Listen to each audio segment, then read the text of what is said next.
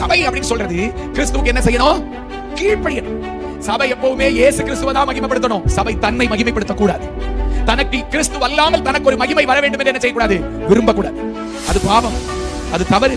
சபை கிறிஸ்துவுக்குள் தன்னை மறைத்துக் கொண்டு கிறிஸ்துவுக்கு மாத்திரமே எல்லா கனத்தையும் எல்லா மகிமையையும் கொடுக்கணும். ஒன்ன மகிமைப்படுத்துற ஒரு காலம் இருக்கு. இப்படி மகிமைப்படுத்தி வருகிற உத்தமியாகிய பத்தினியாகிய பரிசுத்த சபையை ஒரு நாள் என் ஆண்டவர் இயேசு எடுத்துக்கொள்ள வருவார். மரித்த மனவாட்டியை உயிர்ப்பிப்பார். உயிரோடு இருக்கிற மனவாட்டியை இமைப்பொழுதிலே மறுரூபமாக்குவார். மறுரூபமாக்கப்படுகிற மனவாட்டி பரலோகத்திற்கு எடுத்துக்கொள்ளப்படுவா. பாத்தீங்களா? இதோ பார் என் மனைவி. ரூத்தை நீங்க திரும்பி பார்க்கணும். எந்த லாபமும் இல்லாட்டாலும் விவாகமாகி வந்த இந்த புருஷனுடைய குடும்பத்துக்காக வாழ ஒப்பு கொடுத்தாளே. ரூத் என்றால் பிரியமானவள், ரூத் என்றால் சிநேகிதி. 7 வருஷம் என் ஆண்டவர் இயேசு உனக்கு தரப்போகிற அந்த மகிமைக்கு, அந்த மகிழ்ச்சிக்கு, அந்த நன்மைக்கு இந்த உலகத்துல நீ எதிர்பார்க்கிற எதுவும் ஈடே இல்லை. காலத்து பாடுகள் இனி நம்மிடத்தில் வெளிப்பட போகிற மகிமைக்கு ஒப்பிடத்தக்கவைகள் அல்ல.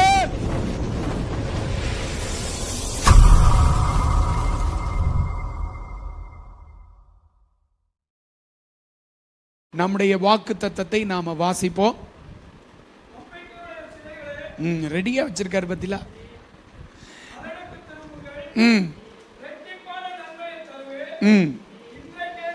இன்றைக்கே தருவேன். யார் நம்பிக்கையின் சிறைகள்? யோசேப்பு ஒரு நம்பிக்கையின் சிறை. அடுத்து இஸ்ரவேல் மக்கள் ஒரு நம்பிக்கையின் சிறைகள்.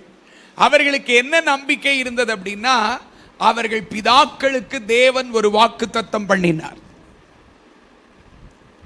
அந்த வாக்குத்தத்தம் அவர்கள் தங்களுடையது அல்லாத, தங்களுக்கு தேவன் அருளாத வேறொரு அந்நிய தேசத்தில் 400 ஆண்டுகள் அடிமைகளாக இருப்பார்கள். அந்த அடிமைத்தனத்தின் கடைசியிலே அவர்களை அங்கிருந்து மீட்டெடுத்து அவர்களை பொன்னோடும் பொருளோடும் புறப்பட பண்ணி உங்களுக்கு அருளின வாக்குத்தத்த பூமியாகிய இந்த கானானுக்கு அவர்களை அழைத்து கொண்டு வந்து இதை அவர்களுக்கு சொந்த பூமியாக தந்து அவர்களை இங்கே குடியேற்றுவித்து இங்கே அவர்களை என் நாமத்தின் நிமித்தம் வாழ்விப்பேன் என்று சொல்லி கர்த்தர் அவர்கள் பிதாக்களுக்கு வாக்கு பண்ணி இருந்தார். அந்த வாக்குத்தத்தத்தின் பேரில் உள்ள விசுவாசத்தினாலே இஸ்ரவேலர்கள் 400 வருஷம் அந்த எகிப்து தேசத்தில் அடிமைகளாக வாழ்ந்தார்கள். அல்லேலூயா. இந்த விஷயங்கள் நமக்கு தெரியும். அந்த அடிப்படையிலே நமக்கு திருச்சபைக்கு ஒரு தழகர்த்தர் அல்லது திருச்சபையின் சரீரமாகிய சபையின் தலையாயிருக்கிற கிறிஸ்து இயேசு, அல்லேலூயா, அவருக்கு பிதா என்ன பண்ணி இருக்கிறார்? ஒரு வாக்குத்தத்தத்தை பண்ணி இருக்கிறார். திருச்சபையின் பிதாவாக, திருச்சபையின் தலையாக, சபையின் மணவாளனாக நமக்காக இந்த உலகத்தில் வெளிப்பட்ட இரட்சகராகிய இயேசு கிறிஸ்துவுக்குள் நமக்கு சில வாக்குத்தத்தங்களின் நன்மைகளை தேவன் நமக்கு என்ன செய்திருக்கிறார்? பண்ணி இருக்கிறார். அந்த வாக்குத்தத்தத்தின் பேரில் உள்ள விசுவாசத்தினாலே இந்த உலகத்தில் இஸ்ரவேலர்கள் எப்படி எகிப்து என்கிற உலகத்தில் நம்பிக்கையின் சிறைகளாக வாழ்ந்தார்களோ அதே போல இந்த உலகத்தில் வாழ்கிற நாமும் நம்பிக்கையின் சிறைகளாக வாழ்ந்து அந்த தேவனுடைய வாக்குத்தத்தத்தை சுதந்தரிக்க வேண்டும் என்று சொல்லி இந்த நாட்களிலே நாம் ஆண்டவராகிய கிறிஸ்து இயேசுவுக்குள் நமக்கு வைக்கப்பட்டிருக்கிற அந்த வாக்குத்தத்தங்களின் சுதந்திரங்களை பற்றி நாம் சிந்தித்துக் கொண்டிருக்கிறோம். அல்லேலூயா. இன்றைய தினத்திலும் மத்தேயு சுவிசேஷம் 16ஆம் அதிகாரத்திலே 18வது வசனம் சொல்லுகிற அந்த வேத வாக்கியத்தின் அடிப்படையிலே நாம் கர்த்தருடைய வார்த்தையை தியானிக்க போகிறோம். மத்தேயு 16:18 வாசியுங்கள். மேலும் நீ பேதுருவாய் இருக்கிறாய், இந்த கல்லின் மேல் சபையை கட்டுவேன், அதை மேற்கொள்வதில்லை. ஆண்டவருடைய பரிசுத்தமுள்ள நாமத்திற்கு மகிமை உண்டாவதாக.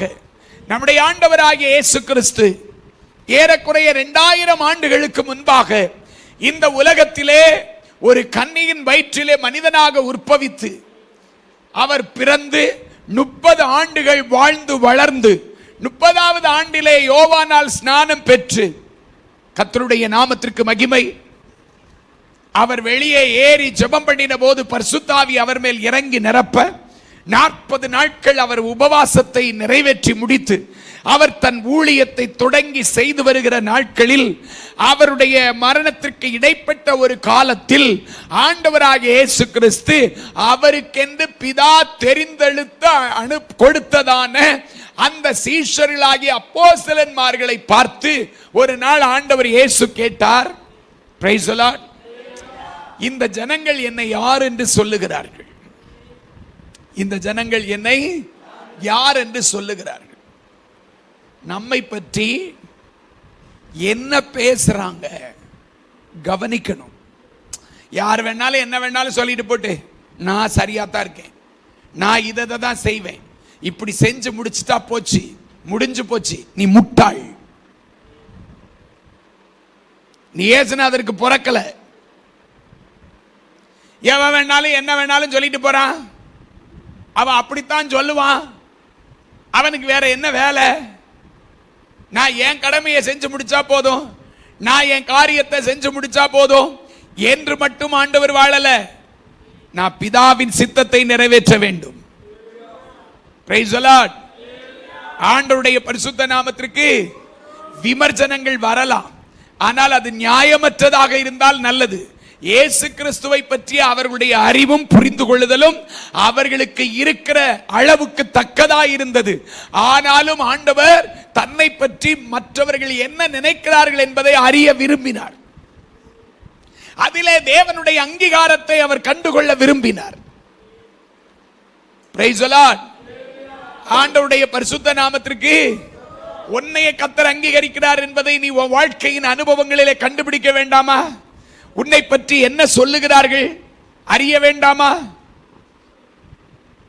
சாட்சி ரொம்ப முக்கியம்.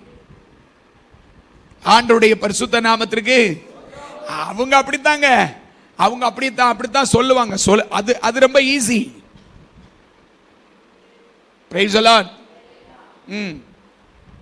ஆண்டவர் இயேசு கேட்க விரும்புகிறார், அவரை பற்றி அறிய விரும்புகிறார். அப்ப கேட்கிறார், இந்த மக்கள் என்னை பற்றி யார் என்று சொல்லுகிறார்கள், என்ன பேசிக்கிறாங்க அப்படின்னு கேட்ட உடனே ஒருத்தன் சொன்னா உம்மை எலியா என்று சொல்லுகிறார்கள், ஒருத்தன் சொல்றான் உம்மை யோவான் ஸ்நானகன் என்று சொல்லுகிறார்கள், இன்னொருத்தன் சொல்றான் உம்மை எரேமியா என்று சொல்லுகிறார்கள். அப்புறம் ஏதோ ஒரு தீர்க்கதரிசிகள்ல அவர் ஒருத்தர், ஒரு தீர்க்கதரிசி மரித்தோரிலிருந்து எழும்பி வந்திருக்கிறான் என்பது போல பேசிக்கிறாங்க ஐயா அப்படின்னு சொன்னான்.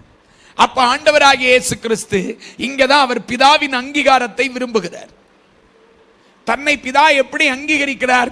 கூட இருக்கிறவங்கள்ட்ட கேட்கிறாரு, சரியா அவங்கெல்லாம் என்ன பற்றி இந்த அறிவு பெற்றிருக்காங்க, ஓகே ரைட், இந்த அளவுக்கு தான் என்னை பற்றி அறிகிற அறிவு அவங்களுக்கு தேவன் கொடுத்திருக்கிறார். கர்த்தருடைய பரிசுத்த நாமத்திற்கு அதுல இன்னொன்னையும் படிச்சுக்கிட்டாரு. என்ன படிச்சுக்கிட்டாரு? அதுக்குள்ளதான் பிதாவின் அங்கீகாரத்தை படிக்கிறார். என்ன படிக்கிறார் தெரியுமா? இதுவரைக்கும் இவன் எந்த தீர்க்கதரிசியையும் நல்லா சாக விட்டதே கிடையாது. யாரு? இந்த யூத பய. ஆமென். யோவான் ஸ்நானகனை கழுத்தை எடுத்துட்டாங்க, எரேமியாவை படாத பாடுபடுத்தி கொண்டு விட்டாங்க, ஏசாயாவை வாளால் மேலிருந்து கீழ் வரைக்கும் இரண்டாக பிளந்து விட்டார்கள். நேரே சகரியாவை பலிபீடத்திற்கு நடுவாக கொன்று விட்டார்கள். எந்த தீர்க்கதரிசியை இவன் சமாதானமா சாக விட்டான்? அப்ப இவர்கள் என்னை யார் என்று சொல்லுகிறார்கள் என்று ஆண்டவர் ஏன் கேட்டார் தெரியுமா? அவர்கள் இவரை தீர்க்கதரிசி என்று சொல்லுகிற இடத்திற்கு வந்தால்தான் அந்த தீர்க்கதரிசிகளுக்கு நிறைவேற்றினது போல தன்னை இந்த பூமிக்கு பிதா அனுப்பின நோக்கத்தை நிறைவேற்றுகிற இடத்திற்கு தன்னையும் சிலுவைக்கு இவர்கள் ஒப்பு கொடுப்பார்கள் என்கிறதை அறிவதற்காகத்தான் ஆண்டவர் என்ன சொல்லுகிறார்கள் என்று கேட்டார். அப்ப அதுல அவர் ஒன்னு அறிஞ்சுக்கிட்டாரு, ஓகே நமக்கு சிலுவை என்ன ஆகிட்டு இருக்கு? ரெடி ஆகிட்டு இருக்கு. சித்தம் நிறைவேற்றுவதற்கு மக்கள் ரெடி ஆயிட்டாங்க அப்படின்றத கண்டுபிடிச்சிட்டார். அல்லேலூயா. ஆனா இப்ப இவங்களுக்காக அவங்களுக்கு ஆண்டவர் நிறைவேற்றின ஊழியம் வேற, இவங்களுக்கு ஆண்டவர் நிறைவேற்றின ஊழியம் வேற. அவங்கள்ட்ட வெறும் ஓமையை மட்டுமே பேசினார், இவங்களுக்கு ஓமைகளுக்கு விளக்கம் சொல்லி தந்தார். அவர்களிடத்திலே ஊழிய நேரம் மட்டுமே ஸ்பெண்ட் பண்ணினார், இவர்களிடத்திலே அவர் கூடவே தங்கி இருந்தார். இருந்தாரா? இவருடைய எல்லா விஷயமும் யாருக்கு தெரியும்? இவங்களுக்கு தெரியும். அதனால இப்ப ஆண்டவர் பார்த்தாரு, சில மணி நேரம் ஸ்பெண்ட் பண்றாவன், என்னுடைய பிரசங்கத்தை கேட்கிறாவன், என் அற்புதத்தை பார்க்கிறாவன், என்னை பற்றி ஒரு தீர்மானத்துக்கு வந்திருக்கான். அவன் ப்ராஃபட் அப்படின்ற இடத்துக்கு வந்துட்டான், தீர்க்கதரிசி என்கிற இடத்துக்கு வரைக்கும் தான் அவன் வந்திருக்கான். கூடவே இருக்கானே. நீங்க என்னை பற்றி என்ன சொல்றீங்க அப்படின்னு கேட்டா எல்லா பேரும் திருன்னு முழிக்கான். என்ன சொல்றதுன்னு தெரியல. இவங்களை காப்பாத்துறதுக்கு திடீர்னு ஆவியானவர் பேதுருக்குள்ள வந்துட்டார். ஆண்டவருடைய பரிசுத்த நாமத்திற்கு உடனே பேதுருக்குள்ள வந்த உடனே பேதுரு சொன்னான், டமார் அடிச்சான் பாருங்க, நீர் ஜீவனுள்ள தேவனுடைய குமாரனாகிய கிறிஸ்து. பயங்கர சந்தோஷமாயிருச்சு ஆண்டவருக்கு. ஏன்னா அவர் பிதாவின் அங்கீகாரத்தை எதிர்பார்த்துட்டு இருக்கிறார். இவர்களுக்கு தான் செய்த ஊழியத்தை சரியாதான் செஞ்சிருக்கோமா? இவங்க நம்முடைய ஊழியத்தை புரிஞ்சுக்கிட்டாங்களா? எந்த நோக்கத்தோடு இவர்களுக்கு நாம் ஊழியத்தை நிறைவேற்றி கொண்டிருக்கிறோமோ அந்த நோக்கம் இவர்களுக்குள் நிறைவேறி வருகிறதா அப்படின்னா அவன் அந்த சரியான ஆன்சர் பண்ணாதான் அவருக்கு திருப்தி. அதான் பிதா அவரை அங்கீகரித்தார் என்பதற்கு அடையாளமாக அவர் நினைக்கிறார். இவன் அதுல ஆண்டவர் பயங்கரமா என்ன ஆயிட்டாரு? சந்தோஷமாகி விட்டார். அல்லேலூயா. ஆண்டவருடைய பரிசுத்தம் உள்ள நாமத்திற்கு சந்தோஷப்பட்டு சொன்னார், பேதுருவே, மாம்சமும் இரத்தமும் இதை உனக்கு வெளிப்படுத்தவில்லை, அதான் என் பிதாய் உனக்கு செய்த ஊழியத்தை அங்கீகரித்தார் என்று அவர் மறுபடி சொல்றார்.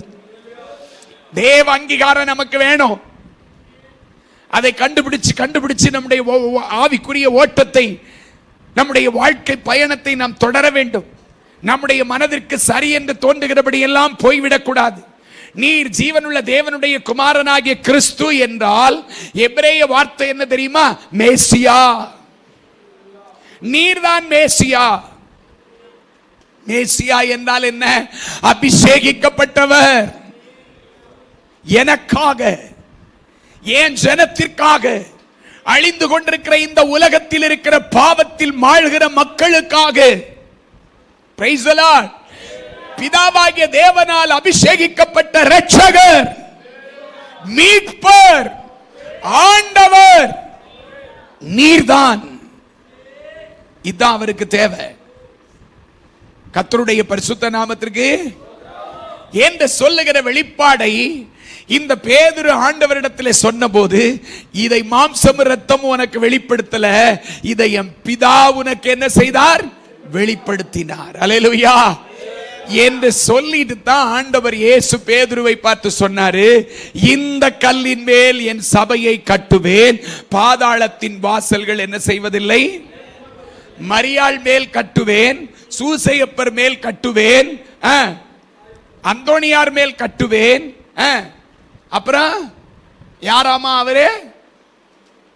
போப்பா உட்கார்ந்து இருக்கிறவர் யாரு? அவர்தான் முதல் போப். அவர் யாரு? ராயப்பர். பிரதான சபையினுடைய கல்லாமா. தப்பா வசனத்தை போதிக்கிறது. Praise the Lord. அவர் இந்த கல் என்று சொன்னது பேதுருவை அல்ல, பேதுருவுக்குள் பிதாவாகிய தேவன் வைத்த வெளிப்பாடாகிய கிறிஸ்து என்கிற சத்தியத்தை கல் என்று சொன்னார். கிறிஸ்து தான் அந்த கல், ஆண்டவர் இயேசுதான் அந்த கல். Praise the Lord.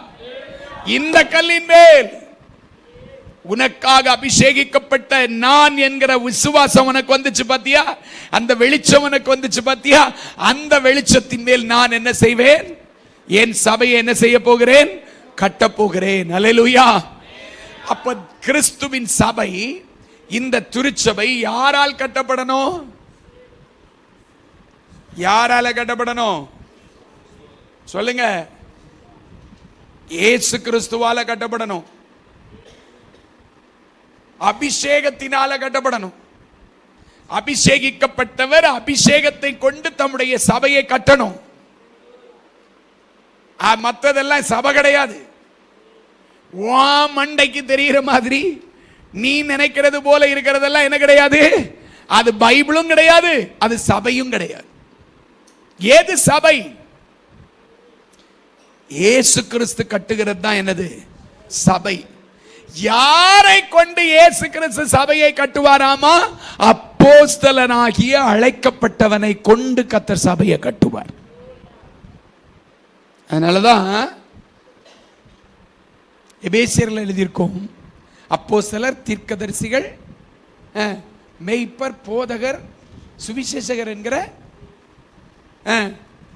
இந்த அஸ்திபாரத்தின் மேல் நீங்கள் என்ன செய்கிறீர்கள்? கட்டப்பட்டு வருகிறீர்கள். இந்த அஸ்திபாரத்தில் கட்டப்படணும். அதான் ஏசுநாதர் கட்டுகிற சபை. சில ஆள் எங்கேயோ ரட்சிக்கப்பட்டிருப்பா, ரட்சிக்கப்பட்டு கொஞ்சம் வசனம் தெரியும், கொஞ்சம் பைபிளை படிச்சிருப்பா, கொஞ்சம் ஜெபம் பண்ணி பக்தியா இருந்து ஒரு வரத்தையோ கிருபையோ ஆண்டு கொடுத்திருப்பார்.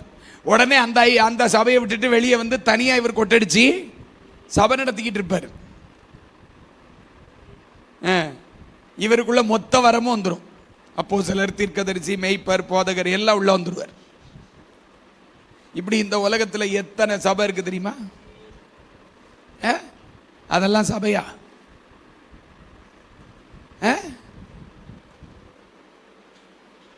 ஆண்டுடைய பரிசுத்த நாமத்திற்கு. அப்படிப்பட்ட சபைகள் அப்போஸ்தல, தீர்க்க தரிசன, போதக, அபிஷேகத்துக்கு கீழே வரணும். நீங்க ஜெபம் பண்ணுங்க. நீங்களும் அந்த மாதிரி ஆயிராதீங்க. ஆண்டவருடைய பரிசுத்த நாமத்திற்கு ஸ்தோத்திரம். அல்லேலூயா. சில ஸ்தாபனங்கள் ஸ்தாபன ரீதியா செயல்படுது, ஆனா அந்த ஸ்தாபனம் சத்தியத்தின்படி இருக்கா? பிரைஸ் தி லார்ட் என்று பார்க்க வேண்டும். அப்ப ஆண்டவராகிய இயேசு கிறிஸ்து இந்த கல்லின் மேல் என் சபையை கட்டுவேன், பாதாளத்தின் வாசல்கள் அதை என்ன செய்யாது, மேற்கொள்ளாது என்று சொன்னார். அல்லேலூயா.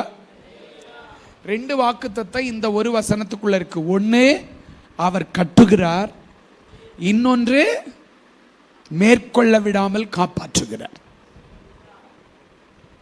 எப்படி? கட்டுகிறார், காப்பாற்றுகிறார். இந்த ரெண்டு வேலையையும் நம்முடைய ஆண்டவர் இயேசு அவர் கட்டுகிற சபையில் நிறைவேற்றுகிறார். ஆண்டவருடைய பரிசுத்தமுள்ள நாமத்திற்கு மகிமை உண்டாவதாக. ஆக பிரியமானவர்களே, நமக்கு ஒரு வாக்குத்தத்தத்தை கிறிஸ்து இயேசுவின் மூலமாக பரலோகத்தின் தேவன் சபைக்கு தந்திருக்கிறார். அவரை விசுவாசிக்கிற நமக்கு தந்திருக்கிறார். அது என்ன வாக்குத்தத்தம் அப்படின்னா, நான் கட்டுவேன். நான் என்ன செய்வேன்? கட்டுவேன். விழுந்து போன தாவீதின் கூடாரத்தை திரும்பவும் எடுப்பித்து கட்டுவேன். ஆண்டவருடைய பரிசுத்த நாமத்திற்கு. நம்மை கட்டுகிறவர் கர்த்தராயிருக்கிற இயேசு கிறிஸ்து.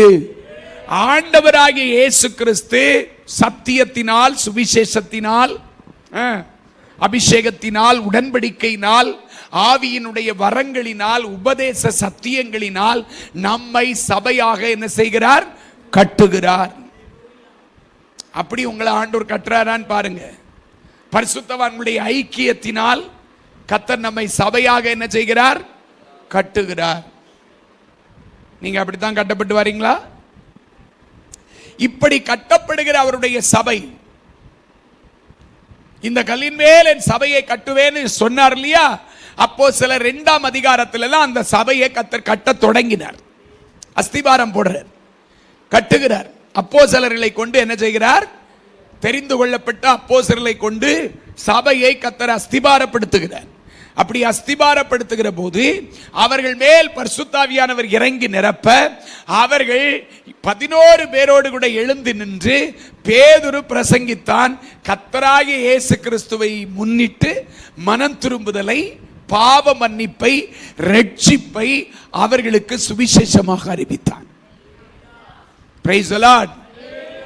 ஏற்ற ஏற்றுக்கொண்டவர்களை பார்த்து சொன்னா, நீங்கள் பிதா குமாரன் பரிசுத்தாவியின் நாமத்தினாலே ஞான ஸ்நானத்தை பெற்றுக் கொள்ளுங்கள், அப்பொழுது பரிசுத்தாவியின் வரங்களை பெறுவீர்கள் என்று சொல்லி அவர்களை ஸ்நானப்படுத்தி பரிசுத்தாவின் அபிஷேகத்திற்குள் நடத்தி அவர்களை சபை என்கிற ஒரு ஐக்கியத்திற்குள் என்ன செய்தான்? சொல்லுங்க. ஜெபமும் வேதவசன தியானமும் அப்பம் பிக்குதலும் அந்யோன்ய ஐக்கியமும் வேறுபாட்டின் வாழ்க்கையும் அப்போஸ்தல உபதேசமும். கர்த்தருக்கு ஸ்தோத்திரம். மனம் திரும்பி ரட்சிக்கப்பட்டீங்களா? இயேசுநாதர் கட்டுகிற சபையில சரியா மனம் திரும்பி ரட்சிக்கப்பட்டவன் இருப்பான். மற்றபடி சபையில் இருக்கலாம், சபையா இருக்க முடியாது. சபை கூடி வருகிற கூட்டத்துக்குள்ள இருக்கலாம், ஆனா நீங்க என்னவா இருக்க முடியாது? சபையா இருக்க முடியாது. சபைனா என்ன அப்படின்னா சரீரம், ஒரு யூனிட்டி, ஒரு ஆவியில் இசைவு. அது தெரியும், ரட்சிக்கப்பட்டவங்களுக்கு அது என்ன செய்யும்? தெரியும். ஆண்டவருடைய பரிசுத்த நாமத்திற்கு எப்படி ஹஸ்பண்ட் அண்ட் ஒய்ஃப் இணைக்கப்பட்டிருக்காங்களோ அதே போல ஆவிக்குரிய ஒரு இணைப்பை தேவன் சபையிலே வைத்திருக்கிறார்.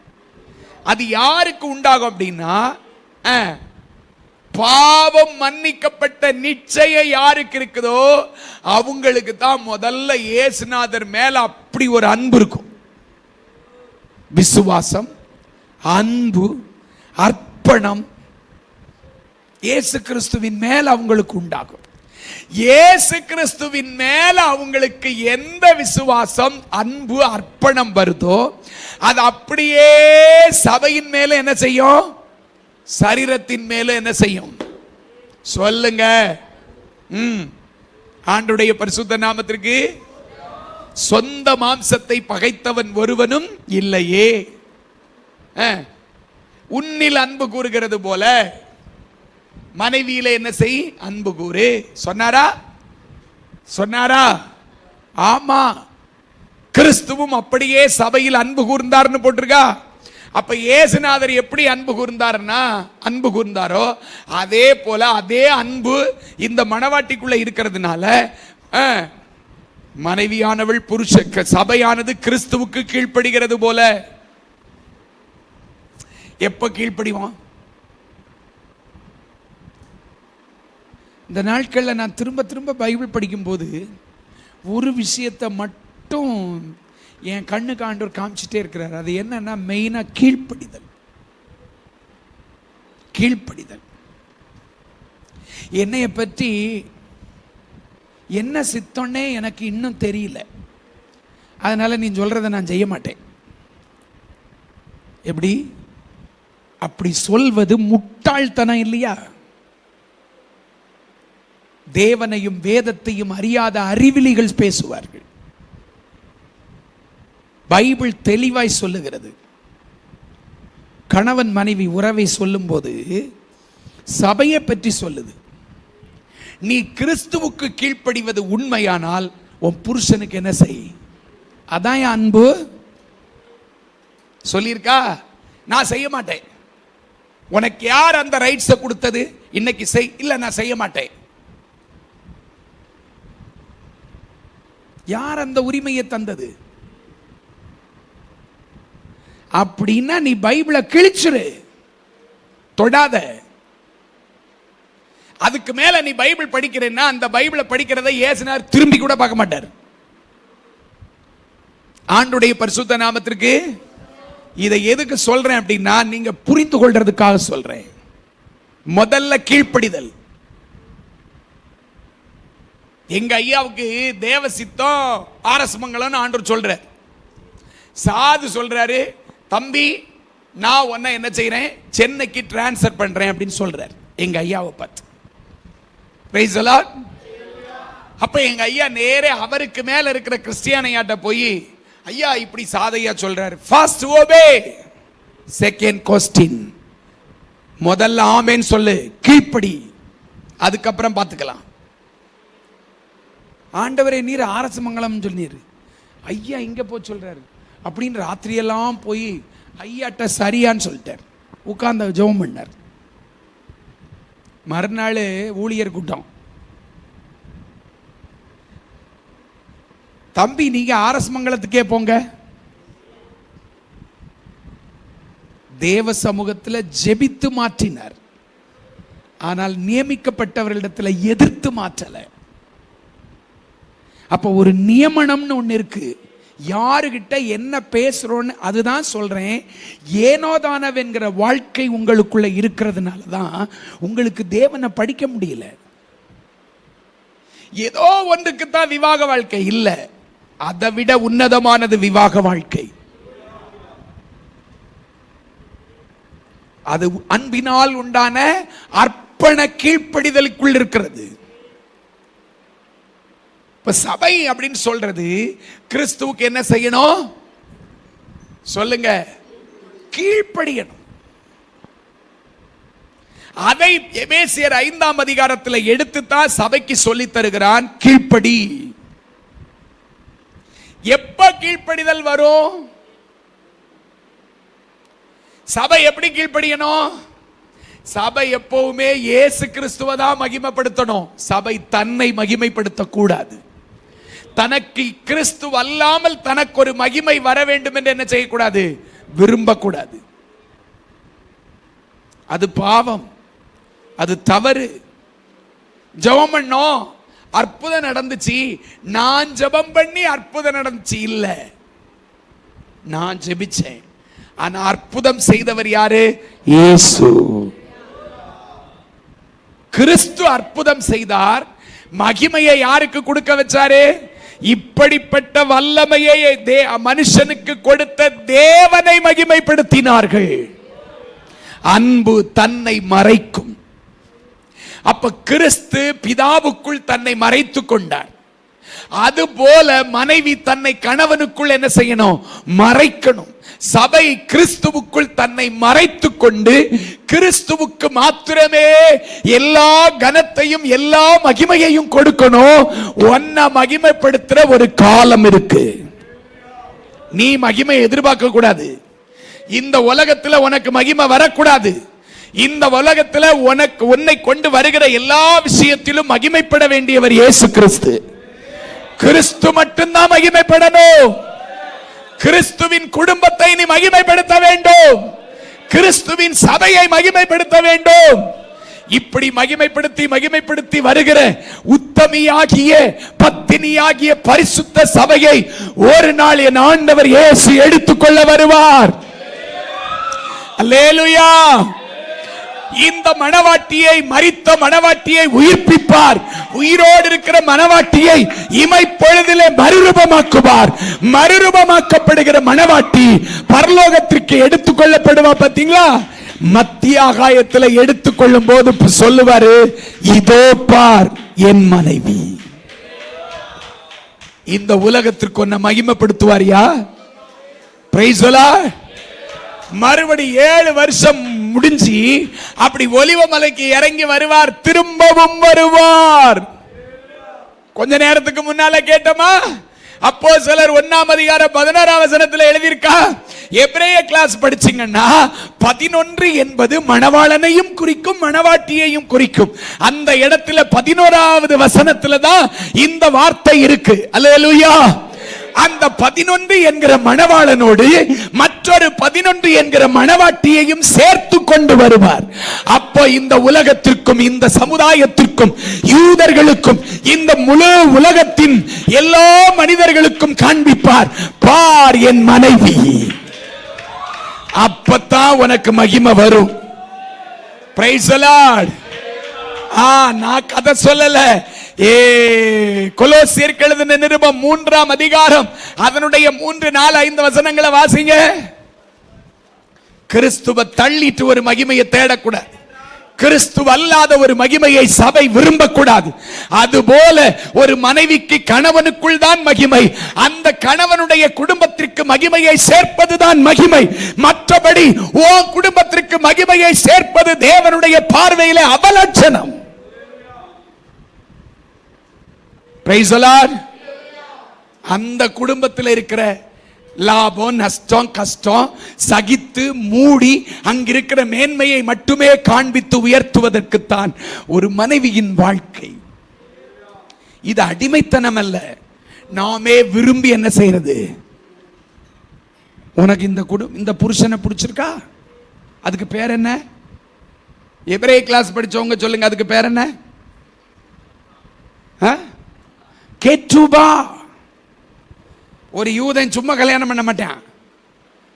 அந்த மாப்பிள்ளை அப்பா, மாப்பிள்ளை அம்மா, மாப்பிள்ளை நாத்தனா, மாப்பிள்ளை தம்பி, இந்த குடும்பத்தினுடைய எல்லாருடைய கேரக்டர் என்ன, அவங்களுக்கு என்ன பிடிக்கும், அப்படி எல்லாத்தையும் எழுதி கொடுத்து இதெல்லாம் ஓகேனா சொல்லு, நம்ம என்ன செய்யலாம், மேரேஜ் பண்ணிக்கலாம், இல்லாட்டி வேண்டாம். கட்டாயப்படுத்துறது இல்லை ஆண்டவர். Praise the Lord. அதே அந்த முறைமை நம்ம கிட்ட இல்லாம இருக்கலாம். ஆனா நம்ம கலாச்சாரம் என்ன தெரியுமா? யூத கலாச்சாரத்தை பின்பற்றியதுதான் தமிழர்கள் கலாச்சாரம். Praise the Lord. எந்த குடும்பத்துக்கு போறியோ அந்த குடும்பத்தை வாழ்விக்கணும். நம்ம எல்லாரையும் சேர்த்து ஆண்டவர் கிறிஸ்து என்கிற குடும்பத்திற்குள் கொண்டு வந்திருக்கிறார். இந்த இடத்துல தான் ரூத்தை நீங்க திரும்பி பார்க்கணும். எந்த லாபமும் இல்லாட்டாலும் விவாகமாகி வந்த இந்த புருஷனுடைய குடும்பத்திற்காக வாழ ஒப்பு கொடுத்தாளே. ரூத் என்றால் பிரியமானவள், ரூத் என்றால் சிநேகிதி, அன்பு செய்பவள். மணவாளன் எப்படி தன்னைத்தானே இழந்தாரோ அதே போல மணவாட்டியும் தன்னைத்தானே என்ன செஞ்சிடணும், இழந்து விட வேண்டும். தனிப்பட்ட சுய மகிமைக்கோ புகழ்ச்சிக்கோ சுய ஆடம்பரத்திற்கோ சுய சந்தோஷத்திற்கோ இடமில்லை. இத புரிஞ்சுக்கணும். இப்ப வாசி கொலோசியர்ல மரித்தீர்கள், உங்கள் ஜீவன் கிறிஸ்துவுடனே தேவனுக்குள் மறைந்திருக்கிறது. நம்முடைய ஜீவனாகிய கிறிஸ்து வெளிப்படும் போது அவரோடு கூட என்ன செய்வீர்களா? மகிமையிலே வெளிப்படுவீர்கள். போதும். எதுல வெளிப்படுவீர்களா? நான் கவனிக்கல. என்ன போட்டிருக்கு? நம்முடைய ஜீவனாகிய கிறிஸ்து வெளிப்படும் போது இயேசுநாதரோட சேர்ந்து வெளிப்பட்டா உனக்கு மகிமை. அன்னைக்குத்தான் மகிமை. Praise the Lord.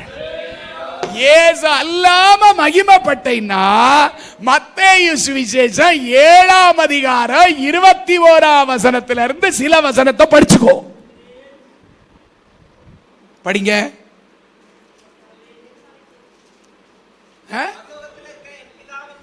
சித்தத்தின்படி செய்கிறவனே அல்லாமல் என்னை நோக்கி. இந்த முழு பைபிளை நீங்க படிச்சீங்கன்னா இண்டிபெண்டன்ட் ஸ்பிரிட்டுக்கு இந்த பைபிளுக்குள்ள இடமே இல்லை. இடம் இருக்கா? அப்புறம் எப்படி வருது? அல்லேலூயா. வாசிங்க. என்ன எழுதியிருக்கு?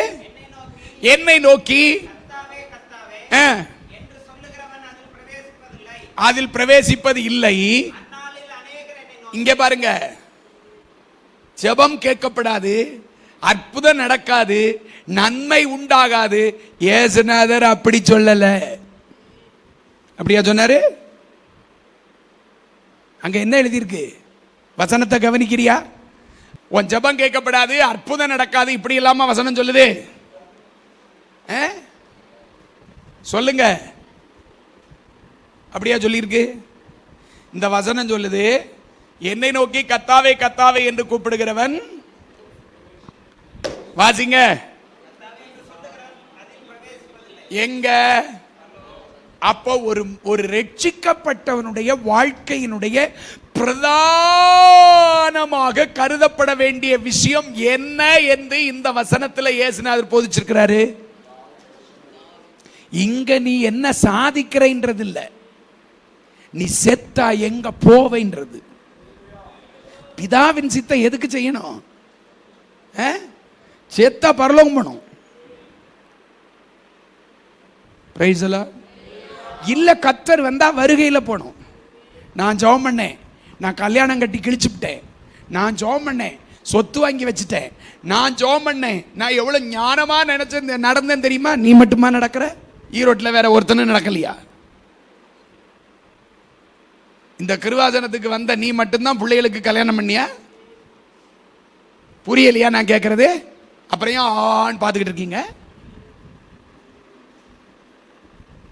வெளியே இருக்கிற யாருமே கல்யாணம் நடத்தல, வெளியே இருக்கிற யாருமே நிலம் வாங்கல, வெளியே இருக்கிற யாருமே வீடு கட்டல. நம்மளை விட ஏஜநாதருக்குள்ள இருக்கிற நம்மளை விட அவன் மாடி மாடியா கட்டிக்கிட்டு இருக்கான் இல்லையா? ஆமாவா இல்லையா? ஃப்ளாட்டா வாங்கிட்டு இருக்கான். ஃப்ளாட்டும் மாடியும் கட்டி வச்சிருக்கிறதுனால அவன் சாதிச்சுட்டான். அவன் செத்தா பரலோகம் போயிடுவானா? சொல்லுங்க.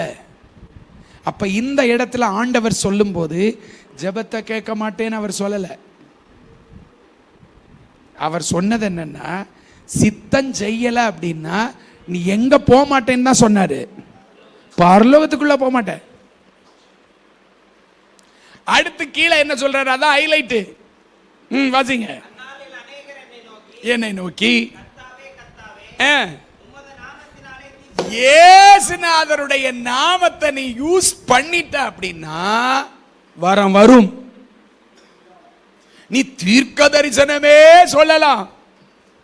தீர்க்க தரிசனம் சொல்லி 3000 பேரை வைக்கலாம். ஏன் 30,000 பேரை கூட நீ என்ன செய்யலாம்? உன்கிட்ட வச்சிருக்கலாம். செத்தா பரலோகம் போவியா?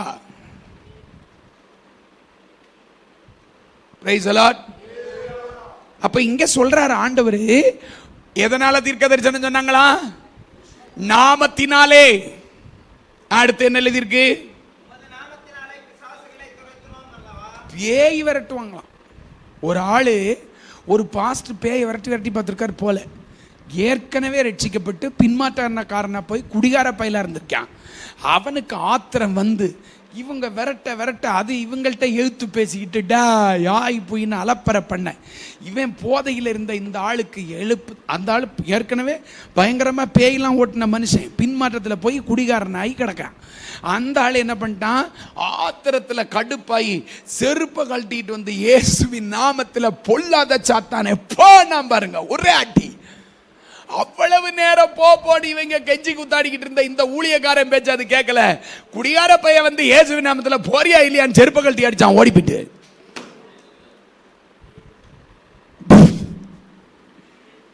Praise the Lord. அவஞ்ச விரட்டினாலே போகுதே, இயேசுவின் நாமத்தை உபயோகிச்சா போகுமா போவாதா? இங்க பேய் விரட்டுற ஊழியக்காரனை பார்த்தா அவன் தான் பெரிய பிரபலண்டாக்காரனா இருக்கான். பேய் விரட்டி பிரசங்கியர். அல்லேலூயா. எங்கெல்லாமோ அழைப்பு வருது, எங்கெல்லாமோ போறாங்க, பயங்கரமா என்னெல்லாமோ பண்ணி எப்படியோ பேயை விரட்டிடுறாங்க. எனக்கு விரட்ட வர மாட்டேங்கி. ஒரு ராணிகிட்ட இருந்த பேயை விரட்டுறதுக்கு பட்டப்பாடு கத்தருக்கு. ஆமா, நான் ரொம்பலாம் கஷ்டப்படல. பைபிள் கிளாஸ்ல போய் உட்கார்ந்துருந்தேன். எங்க ஐயா வசனம் சொல்லிக்கிட்டே இருந்தாரு. அப்ப சொன்னாரு, இயேசுவின் நாமத்தை நீ மனசுல விசுவாசிச்சு சொல்லு, எல்லாம் நடக்கும்னார். அதோட ஒரு ஆராதனையில மனசுக்கும் இருதயத்துக்குள்ள முழு சிந்தையாக இந்த ஆவியை இயேசுவின் நாமத்துல கட்டுறேன், ஆண்டவர் விடுவிப்பார்னு சொன்னேன் பாருங்க, போயிருச்சு. நானா விரட்டினேன்? விரட்டினது யாரு? அவர். அல்லேலூயா. அப்ப இயேசுவின் நாமத்தை சொன்னால் பேய் போகும். சாச்சு விரட்டுனே, அநேக அற்புதங்களை செய்தோம் அல்லவான்னா என்ன அர்த்தம்? வியாதியை சுகமாக்கணும், கடன் பிரச்சனையை தீர்த்து வச்சோம், குடும்ப பிரச்சனையை தீர்த்து வச்சோம், குழந்தை இல்லாதவங்களுக்கு குழந்தை கொடுத்தோம், இடம் இல்லாதவங்களுக்கு இடம் வாங்க. நான் ஜெபம் பண்ணி இடம் வாங்கிட்டாங்க, வீடு கட்டிட்டாங்க, கட்டடம் கட்டிட்டாங்க, கார் வாங்கிட்டாங்க, பங்களா வாங்கிட்டாங்க. எல்லாம் வாங்குவோம். ஆனா பரலோகத்தை வாங்குவியா? அதை வாங்கணும்னா சித்தம் செய்யணும். என்ன செய்யணும்? சித்தம் என்ன தெரியுமா? கீழ்ப்படிதல் தான் சித்தம். எதான் சித்தம்? கீழ்ப்படியணும் அப்படின்னா உனக்கு என்ன இருக்கணும்? தன்னலமற்ற அன்பு இருக்கணும்.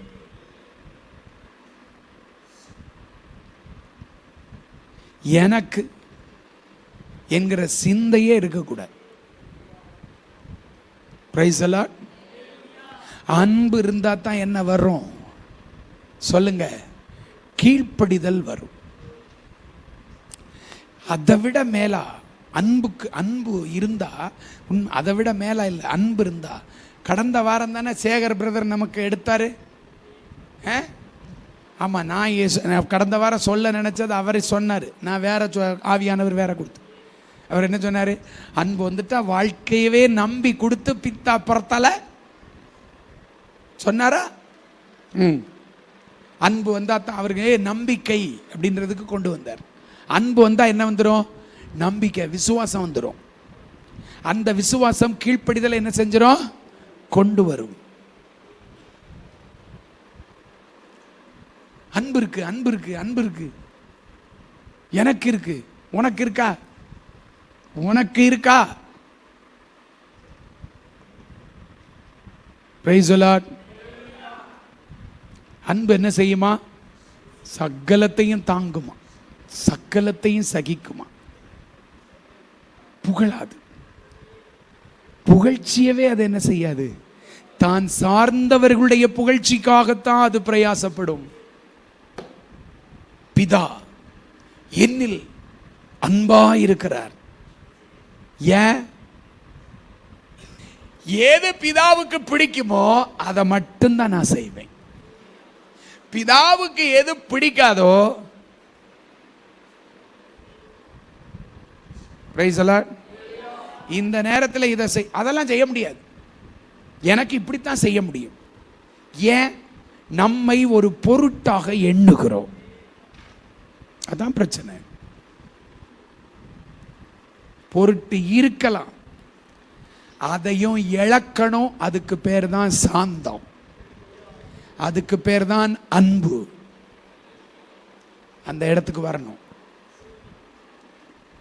இது ஏதோ மனைவியை பற்றி சொல்றதுனால இந்த அம்மாமார் பாவம் இவங்களுக்கு மட்டும்தான் நினைச்சிடாதீங்க. நம்ம எல்லாரும் கிறிஸ்துவுக்கு யாரு? மணவாட்டி.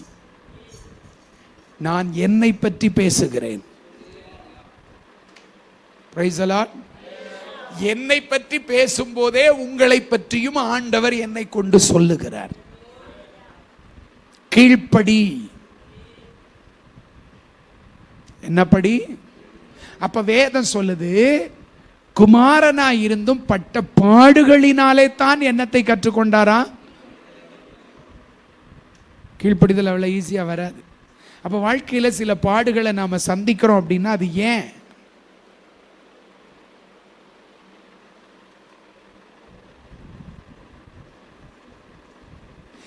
சில ஒருமனக்கேட்டினால நம்ம சில பிரச்சனைகளை சந்திச்சுட்டே இருக்கோம், சில வருத்தங்களை சந்திக்கிறோம், சில பிரச்சனைகளை சந்திக்கிறோம். வாழ்க்கையில் அநேக நேரங்களில் நிம்மதி இல்லாமலே போகிற மாதிரி இருக்கு. இதெல்லாம் எதுக்கு அப்படின்னா, நம்மளை இல்லாமலே போக பண்ணி நாசமாக்குறதுக்கு இல்லை. இதெல்லாம் சந்திக்கும் போது என்ன செய்யணும் அப்படின்னா, புரிந்து கொண்டு நடக்க முயற்சி செய். கீழ்ப்படிவது எப்படி என்று என்ன செய்? கற்றுக்கொள். கீழ்ப்படிதலையும் புரிந்து கொள்ளுதலையும் புரிந்து புரிந்து கீழ்ப்படிய ஒப்பு கொடுக்க வாழ்க்கையில் நாம ஒரு பிளான் வச்சிருப்போம். அதல்ல வாழ்க்கை. ரத்னம்பால் பாஸ்டர்னு ஒரு பாஸ்டர் இருக்காரு. ஐயா ஒரு கதை சொல்லுவார். ஒருத்தன் கல்யாணம் பண்றதுக்கு கற்பனை பண்ணானாமா. எப்படி கேட்டிருக்கீங்களா? என்ன கற்பனை பண்ணான்னு தெரியுமா? எனக்கு வர பொண்டாட்டிக்கு முடி எங்க இருக்கணும்? எங்க இருக்கணுமா?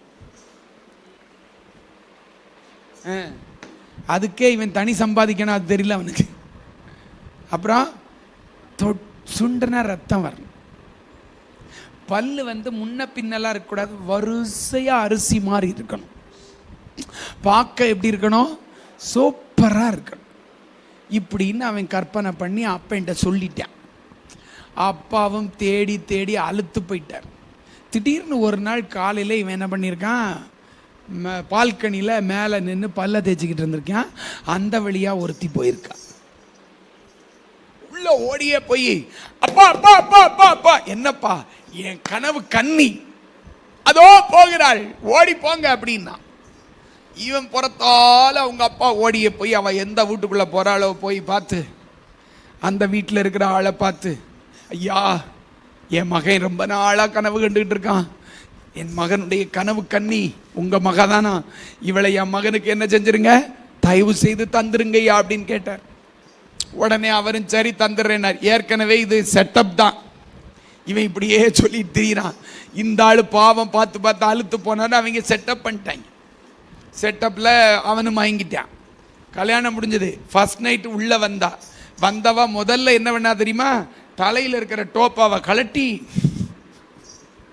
நீள முடி வேணும்ல, டோப்பாவை கலட்டி அங்கே ஒரு ஆங்கர் அதில் தொங்க விட்டான். சரி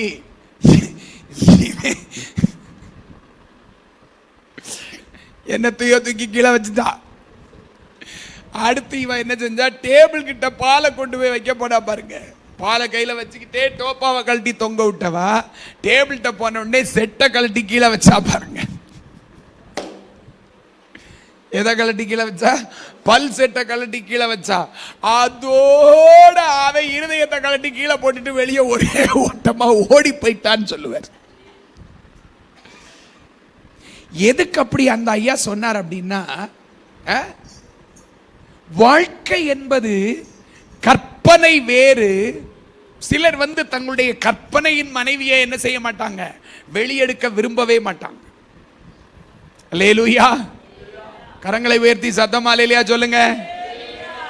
கற்பனையில எப்படி வேணாலும் நாம கற்பனை பண்ணிருக்கலாம், ஆனா நிஜம் என்பது வேறு.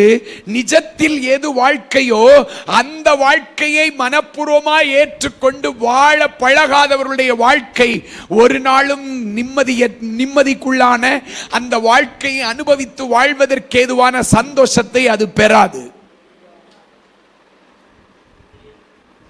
அது எதிர்மறையான வாழ்க்கையை கொண்டு வந்துடும். நான் நினைச்ச மாதிரி நீ வரல, நீ நினைச்ச மாதிரி நான் வர முடியாது, பார்த்திடலாம் என்கிற வீம்பு வீராப்புக்குரிய செயல்கள் சிந்தைகள் வர வர வர வர வாழ்க்கை அடையக்கூடிய சந்தோஷத்தை, வாழ்க்கையினால் நாம் அடையக்கூடிய வளர்ச்சியை, பரிசுத்தத்தை அந்த கர்த்தராகிய ஆண்டவர் வெளிப்படும் போது நமக்கு கிடைக்க வேண்டிய மகிமையை நாம் அடைய முடியாமல் போய்விடும். ஆண்டுடைய பரிசுத்த நாமத்திற்கு ஒரு மெசேஜ் கேட்டேன். மரியாளை பற்றி சொல்லிக் கொடுத்தாங்க. ஒரு குடும்பத்தை அவங்க பெருசா என்ன பண்ணிட்டாங்க இயேசுநாதருக்காக.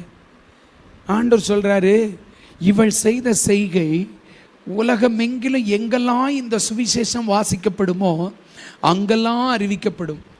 அவ என்னையா அப்படி செஞ்சா அப்படின்னு திரும்பி பார்த்தா, அவ பெருசா வெளியெல்லாம் போய் சுவிசேஷம்லாம் சொன்னாளான்னு கேட்டீங்கன்னா இல்லை. Praise the Lord. ஆனா என்ன செஞ்சா அப்படின்னா, வீட்டுக்குள்ளேயே இயேசு கிறிஸ்துவின் பாதத்தில் உட்கார்ந்தா, கேட்ட வசனத்தை வாழ்க்கையாக்கினாள். வீட்டில் நல்ல சாட்சியோடு என்ன செய்தாள் சொல்லுங்க, விசுவாச வாழ்க்கை வாழ்ந்து வீட்டாருக்கு மாதிரியானாள். அந்த வாழ்க்கை எங்கும் பேசப்படும். ஆண்டுடைய பரிசுத்த நாமத்திற்கு. எத்தனையோ பரிசுத்தவாட்டிகள் நானே உங்களுக்கு சாட்சியா சொல்லியிருக்கேன். அப்பதான் அந்த விளக்கத்தை கேட்டபோது தான் என் ஆவியில தோணுச்சு, உண்மை இல்லை. ஒரு ஜான் வெஸ்லியினுடைய தாயாரை பற்றி பல தடவை உங்களுக்கு நான் சாட்சி சொல்லியிருக்கேன். அந்த அம்மா 16 பிள்ளைகளுக்கு தாய். எவ்வளவு வேலை பார்த்திருக்கணும்.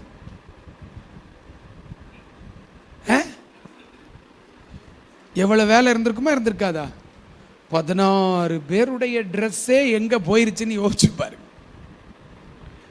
அவங்க 16 பேருக்கும் சாப்பாடு செய்யணும். அது அல்லாமல் அவங்க பாஸ்ட் ஒய்ஃபு அடிக்கடி அவரை பார்க்க யார் வருவா? விசுவாசிகள் வருவாங்க, நண்பர்கள் வருவாங்க, சொந்த பந்தங்கள் வருவாங்க, அவங்களெல்லாம் பார்க்கணும். ஒரு நாள் கூட அவங்க முறுமுறுத்ததே சோத்திரம். Praise the Lord. அந்த 16 பிள்ளைகளையும் கர்த்தருக்குள்ள நடத்தினாங்க. பார்த்தீங்களா?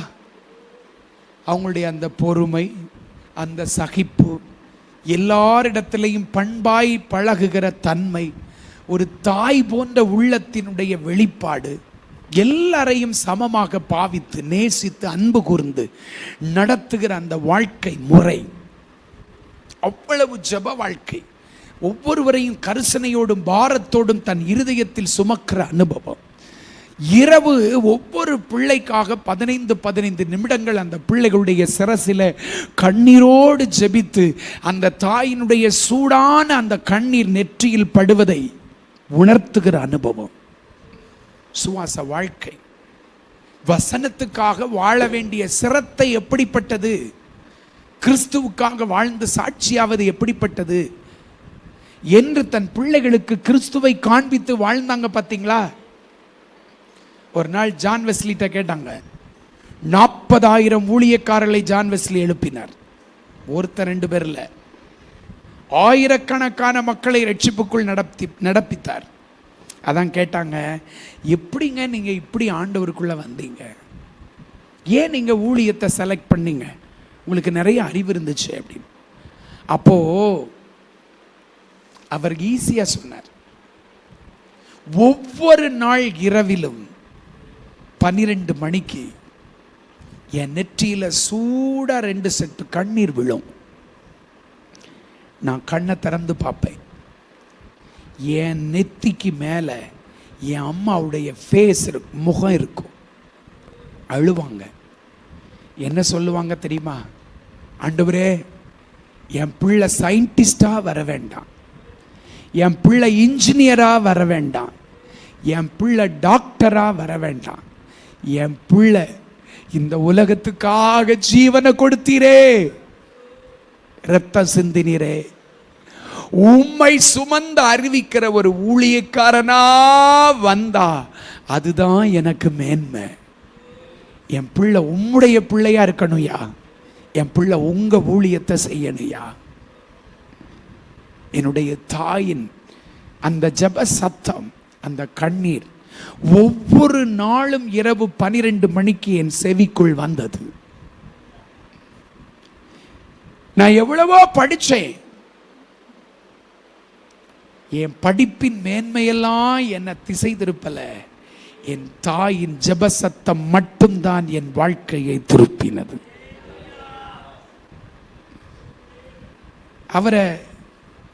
அவர் இருந்த சபையிலிருந்து ஒரு தீவுக்கு அனுப்புனாங்க. அவரால் இங்கிலாண்டில் பிற நாடுகளில் சாதிச்சது போல் அங்கே என்ன செய்ய முடியல, சாதிக்க முடியல. கடிதம் எழுதினார், அம்மா என்னால் இங்கே ரொம்ப கடினமாக இருக்கு, ஊழியம் செய்ய முடியல. நீ கண்ணீரை முயற்சி, சாதி, இல்லாவிட்டால் செத்து மடி. அங்கே எங்கேயா பிள்ளை பாசம் வந்தது? பிள்ளையை தன் பிள்ளையாக பார்க்கலையே, தேவனுக்காக பார்த்தாங்க. இன்னைக்கு யாம் பிள்ளை யாம் பிள்ளை, இப்போ உட்கார்ந்துக்கிட்டு இதெல்லாம் ஒரு சுயநலம். அன்னைக்கு ஊழியக்காரன் சொல்லி கொடுக்குறப்ப கேட்கறது இல்லை, அன்னைக்கு டயலாக் பேசுறது, எனக்கு எனக்குன்றது. இப்போ உட்கார்ந்துக்கிட்டு ஆண்டவரே ஆண்டவரே, கண்கட்ட பிற்பாடு என்னதான்? எது சரி?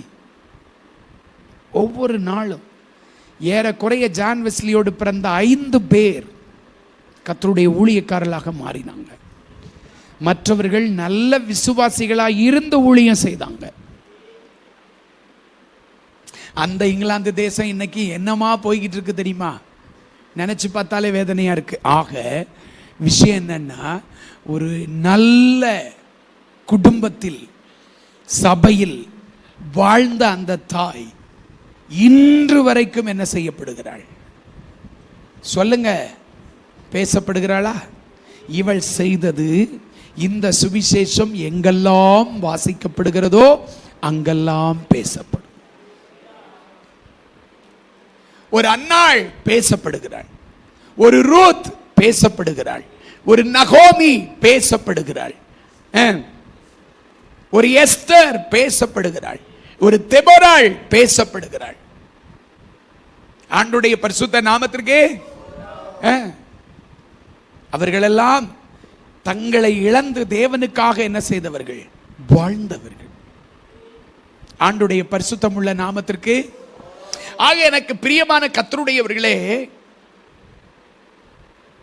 கிறிஸ்து ஒருவனை ரட்சிப்பாரானால்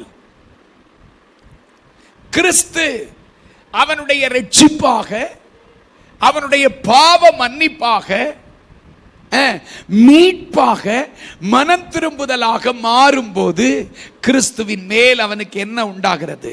அன்பு உண்டாகிறது. நம்பிக்கையும் விசுவாசமும் அன்பும் உண்டாகிறது. அந்த அன்பின் பேரில் அவன் தன் வாழ்க்கையை அவருக்கு ஒப்பு கொடுக்கிறான். எப்படி ஒப்பு கொடுக்கிறான் தெரியுமா? எந்த எதிர்பார்ப்பு இல்லாம ஒப்பு கொடுக்கிறான். அவங்கெல்லாம் எதையும் அப்போஸ்தலர் நடவடிக்கைகளில் எதிர்பார்த்ததா சொல்லலைங்க. அவ்வளத்தையும் கொண்டு வந்து கொடுத்துட்டு அன்பு கூர்ந்தாங்க. என்ன எதிர்பார்த்தாங்க? ஆண்டவருக்கு அதை தருவார், இதை தருவார்,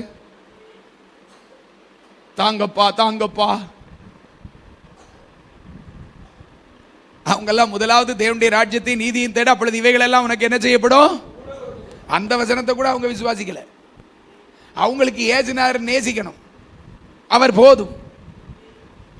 அவங்க எதை பற்றி யோசிக்கலங்க. அதுதான் தேவனுடைய அன்பு. எப்படி தேவன் மேல அன்பு வச்சாங்களோ அதுபோல தேவன் தந்த ஊழியக்காரங்க மேல அன்பு வச்சாங்க. எப்படி அவங்க மேல வச்சாங்களோ அதுபோல சபையின் மேல வச்சாங்க.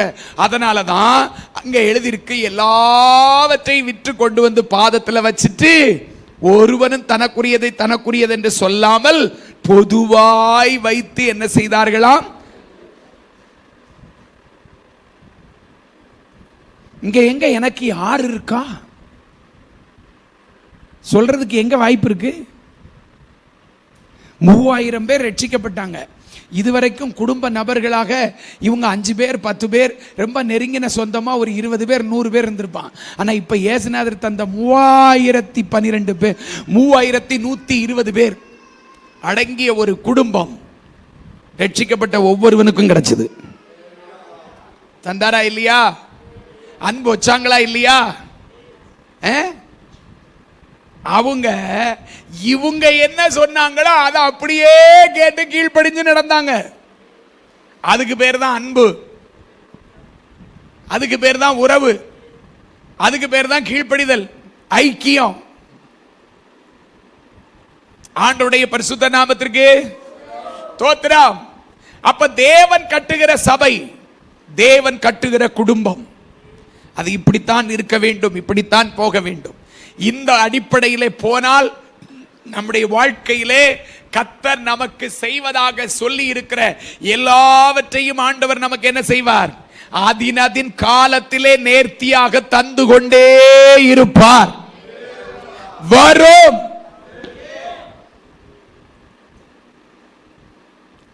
நமக்கு இளைப்பே வராது. பிரச்சனை இருக்கும், பிரச்சனை இல்லாம போகாது, பாடு இல்லாம போகாது. கீழ்ப்படிதல் வேணும்னா கீழ்ப்படிதல், இன்னைக்கு கீழ்ப்படிஞ்சுட்டே நாளைக்கு கீழ்ப்படியணும்ல. தினம் தினம் கீழ்ப்படுகிறதுக்கு சில பிரச்சனைகளை கர்த்தர் என்ன செய்வார்? பட்ட பாடுகளினாலே அவர் கீழ்ப்படிதலை என்ன செய்தாரா? அப்ப இயேசு கிறிஸ்துவை பற்றி நீங்க திரும்பி பார்த்தீங்கன்னா, இயேசு கிறிஸ்து இந்த உலகத்துல பிதாவுக்கு மனைவியாக இருந்தார். அவர் என்ன சொன்னார் தெரியுமா? நீங்க நல்ல, நானும் நீங்களும் ஃபாலோ பண்ண வேண்டிய ஒரே நபர் ஜீசஸ் தாங்க. அவர் சொன்னாரு, நான் பேசும்போது கூட ஏன் இஷ்டப்படி பேச மாட்டேன், பிதாட்ட கேட்பேன், பேசலாமா, என்ன பேசணும், சொல்லுங்க, கேட்பேன். அவர் என்ன பேச சொல்லுகிறாரோ அதைத்தான் நான் என்ன செய்கிறேன்? நான் பேசுகிறது என்னுடைய சுயமாக பேசுவதில்லை, என்னை அனுப்பின. அதே போல இயேசுநாதர் பரிசுத்த ஆவியானவரை பற்றி என்ன சொன்னார் தெரியுமா? நான் அனுப்ப போகிற ஆவியானவர் உங்களிடத்தில் வருவார், அவர் உங்களிலிருந்து பேசுவார், அவர் என்னுடையதிலிருந்து எடுத்து பேசுகிறபடியினால். அந்த ஆவி உங்களுக்குள்ள வந்தா, பரிசுத்த ஆவி உங்களுக்குள்ள இருக்கா, அவர் என்னை மகிமைப்படுத்துவார், அவர் தன்னை மகிமைப்படுத்த மாட்டார். நல்லா கவனிங்க, பிதாவினிடத்திலிருந்து பெற்று இயேசு கிறிஸ்து பேசினார். இயேசு கிறிஸ்து யாரை மகிமைப்படுத்தினார்? பிதாவை மகிமைப்படுத்தினார். இயேசுவினிடத்திலிருந்து பெற்று ஆவியானவர் பேசினார். அவர் யாரை மகிமைப்படுத்துவார்னு இயேசு கிறிஸ்து சொன்னாரு? என்னை மகிமைப்படுத்துவார், இயேசுவை மகிமைப்படுத்துவார். இப்ப ஆவியானவரிடத்திலிருந்து பெற்று பேசுகிற நீங்களும் நானும் யாரை மகிமைப்படுத்தணும்? நாம யாரை மகிமைப்படுத்துறோம்? யாருக்கு மகிமையை தேடுறோம்? கவனிங்க, நீங்கள் ஆவிக்குரியவர்களாக மாறி நிச்சயம் நான் அடிச்சு சொல்றேன், கர்த்தர் வரும்போது மகிமையில உங்களை ஏறெடுத்து நீங்க இந்த உலகத்தில் எதையெல்லாம் இயேசு கிறிஸ்துவுக்காக சகித்து சகித்து உங்களுடைய எந்த உரிமையெல்லாம் காலில் போட்டு மிதிக்க உங்களை ஒப்பு கொடுத்தீங்களோ அத்தனைக்கும் தக்கதாக சொல்லி சொல்லி 7 ஆண்டுகள் உங்களை மகிழ்விப்பார். பரலோகத்தில் உங்களுக்கு மகிமை இருக்கியா? சகிச்சு சகிச்சு போ, ஒண்ணு கெட்டு போக மாட்டாய். விட்டு கொடுத்து போ, நஷ்டத்தை ஏற்றுக்கொண்டு போ. இழக்க வேண்டிய இடம் வந்தால் உன் உரிமையை இழந்து விடு, உன் சுயத்தை இழந்துரு. சொன்னவன் பவுல், அவன் சொன்னா, நான் எல்லாராலும் துடைத்து போடப்படுகிற அழுக்கான கந்தை போலானே கிறிஸ்துவுக்காக. ஆமென். அப்படி விட்டதுனால நான் அவன் சொன்னதைத்தான் சொல்றேன், அவனை கொண்டு பரிசுத்த ஆவியானவர் சபைக்கு எழுதி வைத்திருக்கிறது தான் சொல்றேன், கன்ஃபார்மா சொல்றேன். 7 வருஷம் என் ஆண்டவர் இயேசு உனக்கு தரப்போகிற அந்த மகிமைக்கு, அந்த மகிழ்ச்சிக்கு, அந்த நன்மைக்கு இந்த உலகத்தில் நீ எதிர்பார்க்கிற எதுவும் ஈடே இல்லை. அது ஈடு ஆகாது, ஈடாக்க முடியாது. இந்த பார்வை உனக்கு வேணும். அவன் நயா சொன்னா, இக்காலத்து பாடுகள் இனி நம்மிடத்தில் வெளிப்பட போகிற மகிமைக்கு ஒப்பிடத்தக்கவைகள் அல்ல. இந்த பூமியில பார்த்து வாழ்றவங்க அல்ல நீங்களும் நானும், பரலோகத்தை பார்த்து வாழ்கிறவர்கள் நீங்களும் நானும். நம்முடைய ராஜா இந்த பூமிக்கு மாத்திரமல்ல, அவர் பரலோகத்திற்கு ராஜாவாக இருக்கிறார். ஆமென். நீ சகித்தால், நீ தாழ்த்தினால், நீ விட்டு கொடுத்தால், நீ பொறுத்து கொண்டால், நீ கீழ்ப்படிதலுக்காக தியாகம் பண்ணினால் ஆண்டவர் பரலோகத்தில் 7 வருஷம் உனக்கு தருவாரு. அதோட முடிஞ்சிருமா? 7 வருஷம் கழிச்சு நீ எங்கெல்லாம் உன்னை மறைச்சி மறைச்சி மறைச்சி உன்னை காமிக்காம தேவனை காண்பித்து, தேவன் தந்தவர்களை காண்பித்து காண்பித்து வாழ்ந்தியோ அந்த வாழ்க்கைக்கு தக்கதாகத்தான் 7 வருஷம் முடிஞ்சு அப்படி வருவார் பாருங்க. 1000 வருஷம் அரசாட்சிக்கு ராஜாவாக வருவார். Praise the Lord. வெண்கு சொல்லி பாடுனாங்களே, சும்மா பாடலையா. 1000 வருஷ அரசாட்சியில என் ஆண்டவர் இயேசு இந்த உலகத்துக்கு வருவார். அப்ப யூதர்களுக்கு 7 ஆண்டு உபத்திரவம், 3 ஆண்டு உபத்திரவம் நடந்துகிட்டு இருக்கும். Praise the Lord. ஆண்டுடைய பரிசுத்த நாமத்திற்கு மணவாட்டிய கூட்டிக்கிட்டு வந்து அவங்களுக்கு காமிப்பார். பார், இதுதான் என்னுடைய, நீ என்ன அவமதிச்ச இல்ல, என்னை ஏற்றுக்கொள்ளல இல்ல.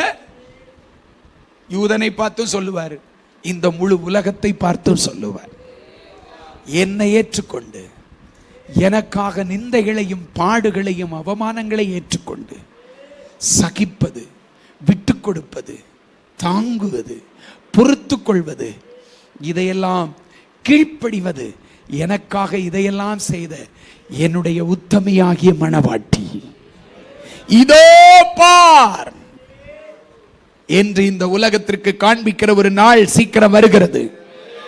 அதுவும் நம்ம நாட்கள்ல ரொம்ப சீக்கிரத்தில் ஆண்டவர் அந்த நாட்களை கொண்டு வர போகிறார். Praise the Lord. 1000 வருஷ அரசாட்சியில அவரோடு கூடவே சேர்ந்து நம்மை ஆளவும் வைக்க போகிறார். அன்னைக்கு உனக்கு கிறிஸ்துவின் மூலமாக கிடைக்கிற அந்த மகிமை இருக்கு பாத்தீங்களா, அது இந்த உலகத்துல எந்த மகிமைக்கு ஒப்பிடத்தக்கது அல்ல. உன்னை குப்பையா நினைக்கிறாங்களா? உன்னை அற்பமா நினைக்கிறாங்களா? உன்னை ஒரு பொருட்டாவே எண்ண மாட்டேங்கிறாங்களா? உனக்கு ரெஸ்பான்ஸே கொடுக்க மாட்டேங்கிறாங்களா? டோன்ட் வரி, கவலைப்படாத, அதுக்காக போராடாத, அதுக்காக சுபாவத்தை கெடுக்காத. கர்த்தருக்கு அப்படிப்பட்டவர்களுக்கும் மேலான ஊழியத்தை செய், மேலான அன்பை காட்டு, கிறிஸ்துவை விளங்க பண்ண. மகிமை பரலோகத்தில் இருக்கிறது. நான் பாதாளத்தை தான் சொல்ல வந்தேன்.